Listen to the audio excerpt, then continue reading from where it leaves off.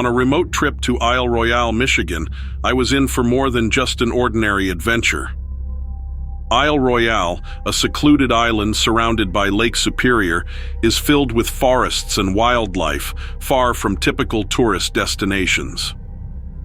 As a biology student, I had come to study wolves in their natural habitat, tracking their lives in the wild. The thought of spending days out in nature, alone with my studies, sounded like a dream come true. Wolves have always intrigued me. They're mysterious and majestic, living both independently and in close-knit packs. Wolves are symbols of wilderness, strength, and the delicate balance of nature. It's one of the reasons I decided to study biology. I wanted to understand and protect creatures like them. So, one chilly morning, I gathered my notebook and tracking gear and set off, ready to observe the wolves of Royale. The island's dense woods seemed to stretch forever. Each evening, as the sun set, a chorus of howls echoed from deep within the forest. The wolves' voices mixed with the orange and pink glow of the sky, and I felt more connected to nature than ever before. I was just a tiny part of this wild world. I spent my days walking through the forest, identifying tracks, noting changes in plants, and observing wildlife. One afternoon, I was gathering some blueberries, thinking about how lucky I was to be out here, when something strange happened. I felt a sudden chill, a sharp, unnatural cold that wasn't typical for a sunny autumn day. Goosebumps prickled my arms, and I rubbed them, trying to warm up. It felt like stepping into a cold room, except there was no cold room, only open forest around me. I brushed it off, thinking it must have been an odd weather shift. But then, out of the corner of my eye, I noticed a large shadow moving between the trees. I tried to focus on it, but every time I looked, it disappeared. It was like playing hide and seek with something huge and fast, but I couldn't pinpoint what it was. It seemed impossible, yet it felt real. And with it came an awful smell, something heavy and rotting, like decayed meat left in the sun. I tried to stay calm, telling myself it could be a dead animal nearby. As a biologist, I was used to the smells of nature, sometimes not so pleasant ones. But this was different, worse than anything I'd smelled before. The stench was thick, pressing down on me, filling the air with an uneasy, sickly atmosphere. The smell made my stomach turn, and I felt my heartbeat quicken. I took a deep breath, steeling myself. Maybe it was just a moose carcass hidden nearby or some other animal's remains. Usually you'd hear birds chirping. Now there was nothing.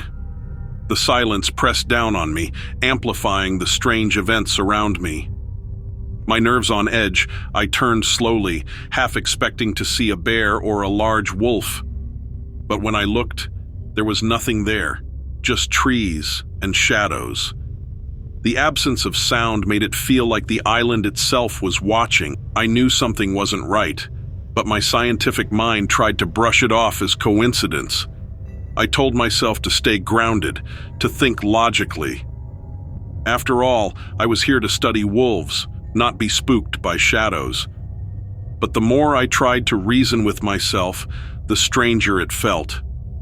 I remembered stories I'd heard about this island. Tales of spirits and creatures, strange sightings that people swore were real. Royale is a wild, untamed place, and sometimes the wild has secrets that can't be explained. The island was ancient, filled with legends and mysteries, things that science couldn't always account for. I glanced around one last time, feeling the chill seep deeper into my bones. As dusk fell, I made my way back to camp. I'd had enough for the day and wanted nothing more than the warmth of my campfire.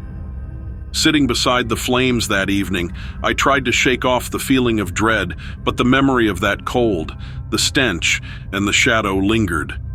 I thought about the stories of wendigos, eerie creatures said to haunt the forests. People described them as bringing a deathly chill, smelling like rot, and watching from the shadows. Could that have been what I'd felt? My logical side told me it was all just stories, myths created to scare children. But deep down, I couldn't shake the feeling that there might be more to the forest than science could explain. That night, lying in my tent, I couldn't stop thinking about what had happened. I'd come here as a scientist, confident in my knowledge of nature and facts. But Isle Royale had shown me something different, something beyond textbooks and notes. It was a reminder that no matter how much we learn or how much we think we understand, there will always be mysteries beyond our grasp. The next morning, the forest seemed back to normal. Birds sang, squirrels scurried, and the sun shone brightly. Yet, even as I continued my work, the memory of that cold shadow and the terrible smell stayed with me. Perhaps I would never know what truly happened on that lonely island. And maybe that's okay.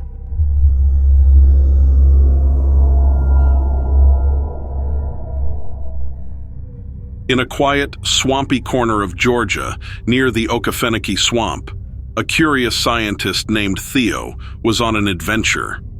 Theo had come to study the swamp's creatures, especially its many reptiles. The thick, warm air buzzed with the sounds of insects, and the trees rose high around him, their branches creating mysterious shadows on the ground. One hot afternoon, Theo decided to explore deeper into the swamp than usual. As he trudged through the muddy water, he felt the sun beating down, making him as red as a ripe tomato. Suddenly, something strange caught his eye. Hidden among the vines and tall grasses was what looked like an entrance, a tunnel, concealed by nature's own blanket of plants and mud. Theo's heart raced with excitement and curiosity. The tunnel didn't look like a natural part of the swamp. It was as if someone, or something, had hidden it there long ago.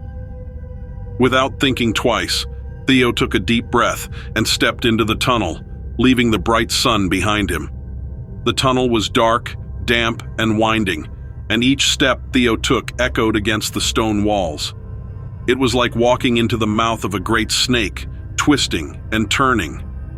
As he walked deeper, the air grew still, and the sounds of the swamp faded into an eerie silence.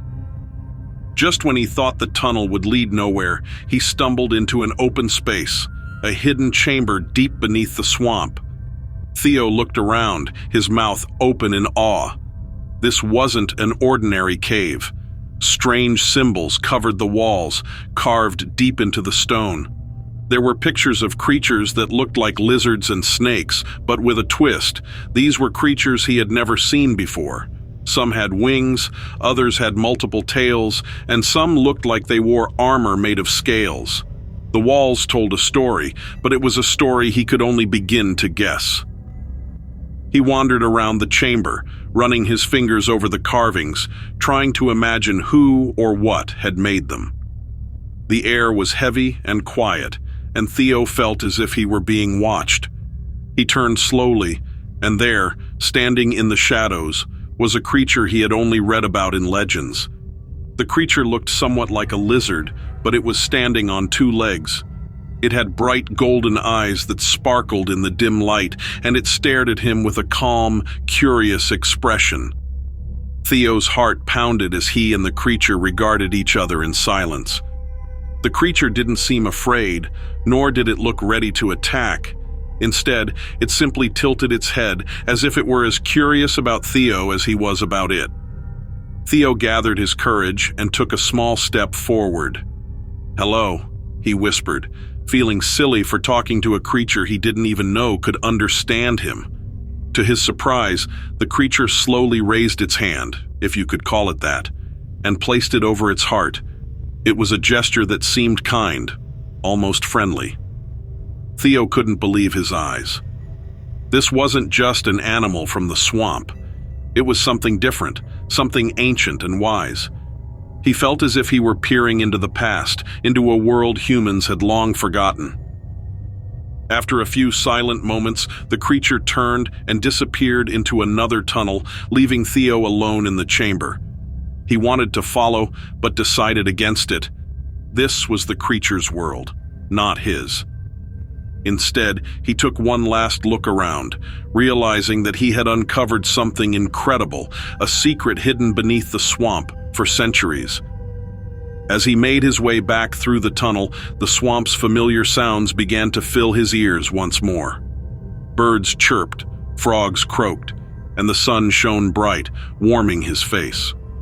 When he finally emerged, Theo felt as if he had woken up from a dream. For the rest of his days, Theo kept that experience close to his heart. He had discovered a hidden world, a place where creatures beyond imagination lived, and a place where mysteries still lingered in the shadows. He never returned to the chamber, but he always wondered what other secrets lay hidden in the depths of the Okefenokee swamp. Sometimes, Theo would think back to that golden-eyed creature and the friendly gesture it had made. He liked to believe it was a sign of respect, a silent agreement that some mysteries were best left undisturbed. And so, Theo kept his adventure a secret.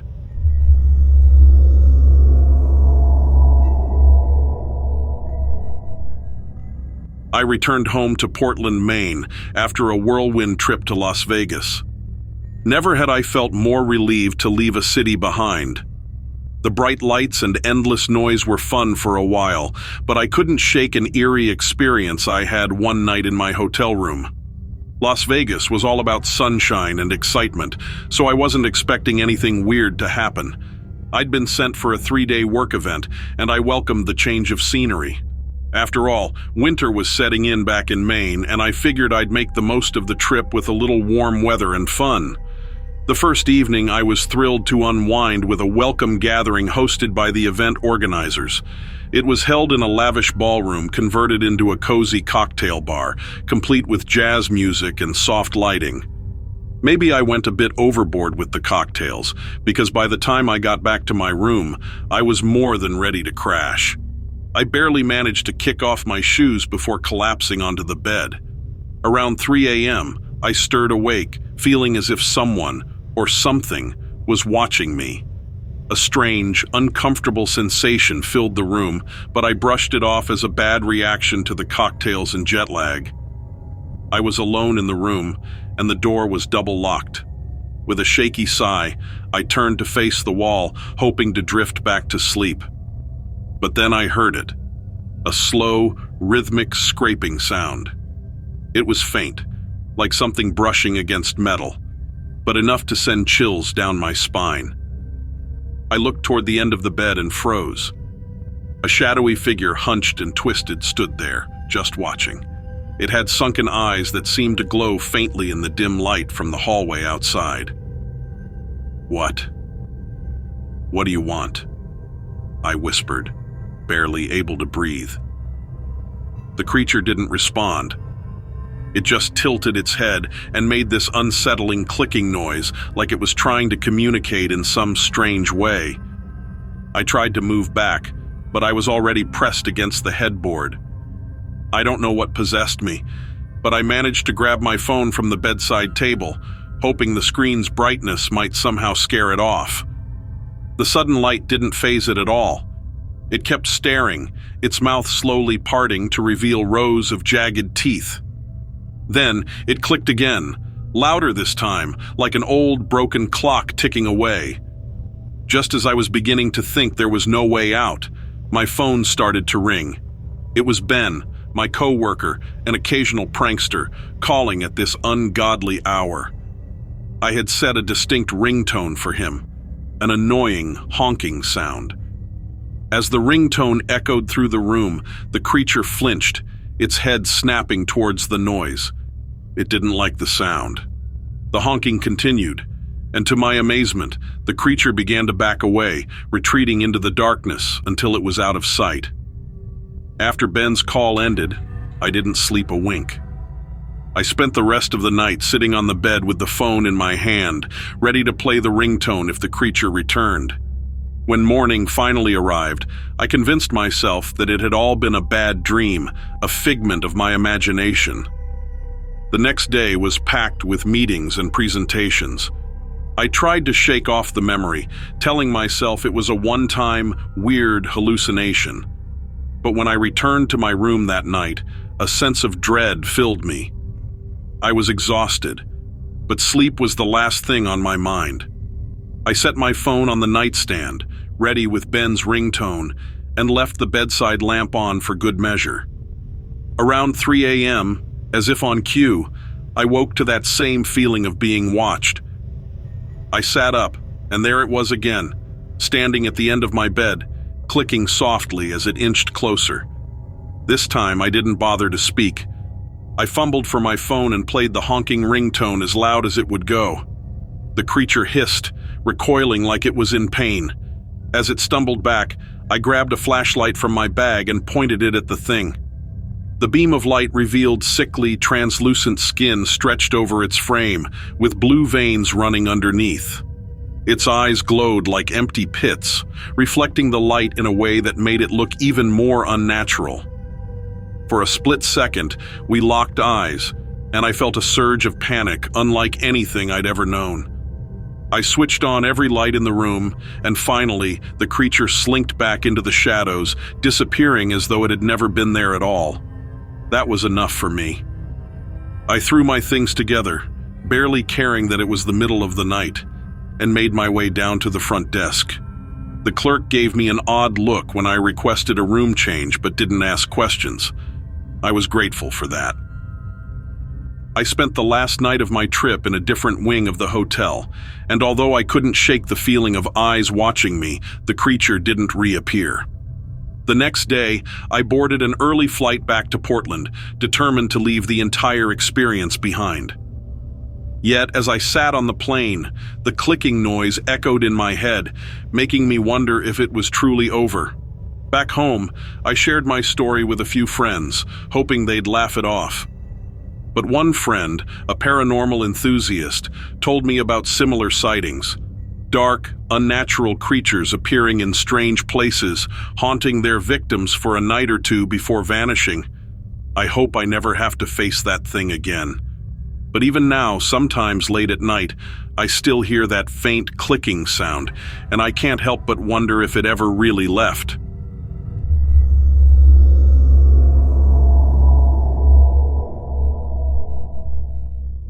Back in college, a few friends and I were fascinated by mysteries, especially the supernatural. The internet was buzzing with ghost hunting shows, and we were hooked, eager to explore strange places ourselves. We even had big plans to start a channel for our adventures. So, we did our research and ended up in Roswell, New Mexico, where rumors of UFOs and alien encounters were legendary. It was the site of an infamous 1947 crash, with strange debris found scattered around a field.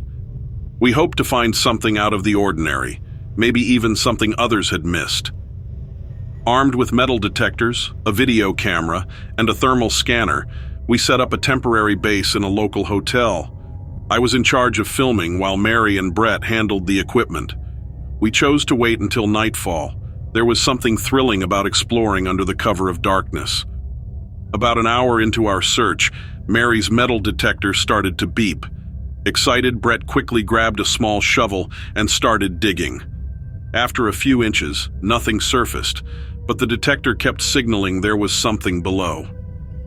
Mary joined in, helping dig until finally they hit something. Under the dirt was a rusty, small metal box with a hinged lid, slightly ajar. Inside, we found what looked like thin, faded, snake-like skin. Brett sealed it in a bag, but we couldn't shake the feeling there was more to it than meets the eye. We marked the area with a flag and continued further, eventually reaching an open field. I scanned the surroundings with my camera, capturing the landscape until I noticed movement at the far end of the field.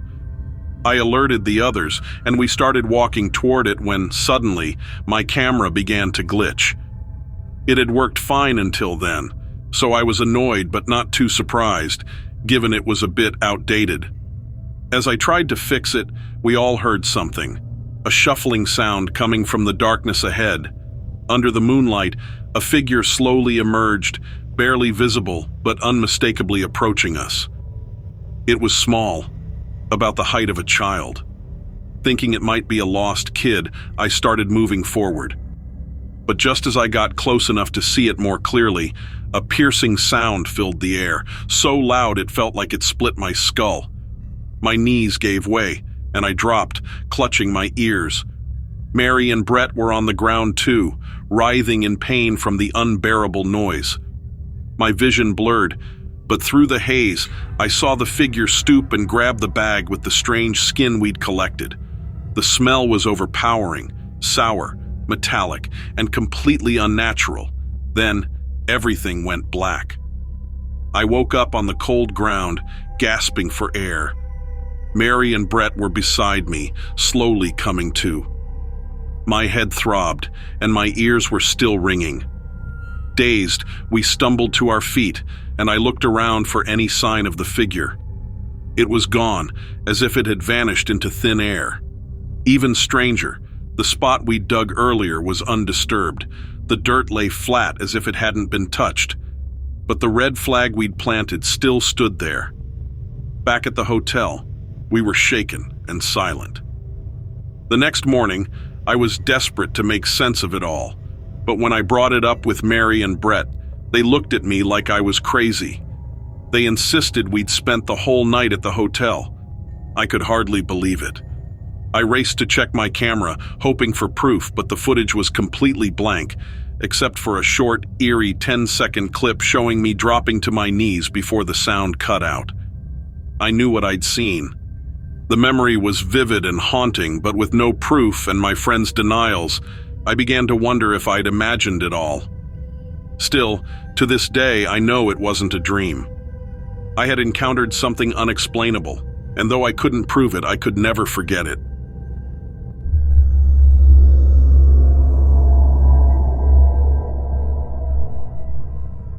Once, in a small town, there was a house everyone feared. It sat on the edge of a dark, twisted forest, its walls old and crumbling, and its windows like empty eyes staring into the night. The townsfolk whispered that the house was haunted, though no one dared to go close enough to find out. Years ago, the house had belonged to a woman named Greta. She was quiet and kept to herself, spending most of her time in the woods gathering strange plants and murmuring strange words. Then one Halloween night, she vanished. Some said she disappeared into the forest.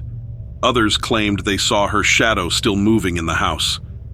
No one knew for sure. After Greta vanished, things around the house became strange. At night, people would hear soft, scratching sounds coming from the walls, and sometimes they'd see faint lights in the windows. The trees around the house grew thick and twisted, their branches like long, bony fingers reaching out to grab anyone who came too close. And always, there was a chill in the air around that place, even on the warmest days. One Halloween night, a fog settled over the town, thick and heavy. It crept along the ground and swallowed everything in its path. Then, one by one, the town's lights went out.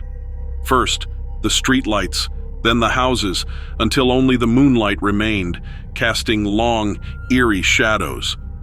In the silence, the faint sound of footsteps echoed down the empty streets, slow and heavy, like something dragging itself forward. Those who were brave enough to peek outside saw the fog gather near Greta's house, swirling and pulsing, as though something inside it was moving. And then, from within the fog, a figure appeared.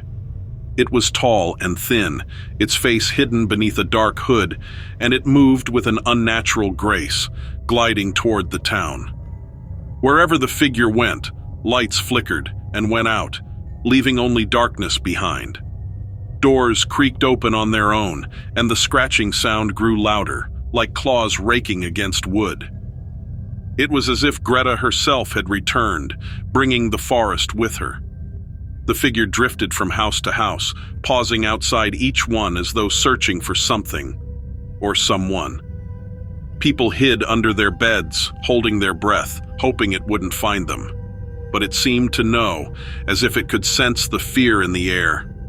Slowly, it would reach a hand out, bony fingers scratching at the door, leaving long, jagged marks. Then, the figure turned back to the woods, disappearing into the fog. The lights flickered back on, and the town was silent once more.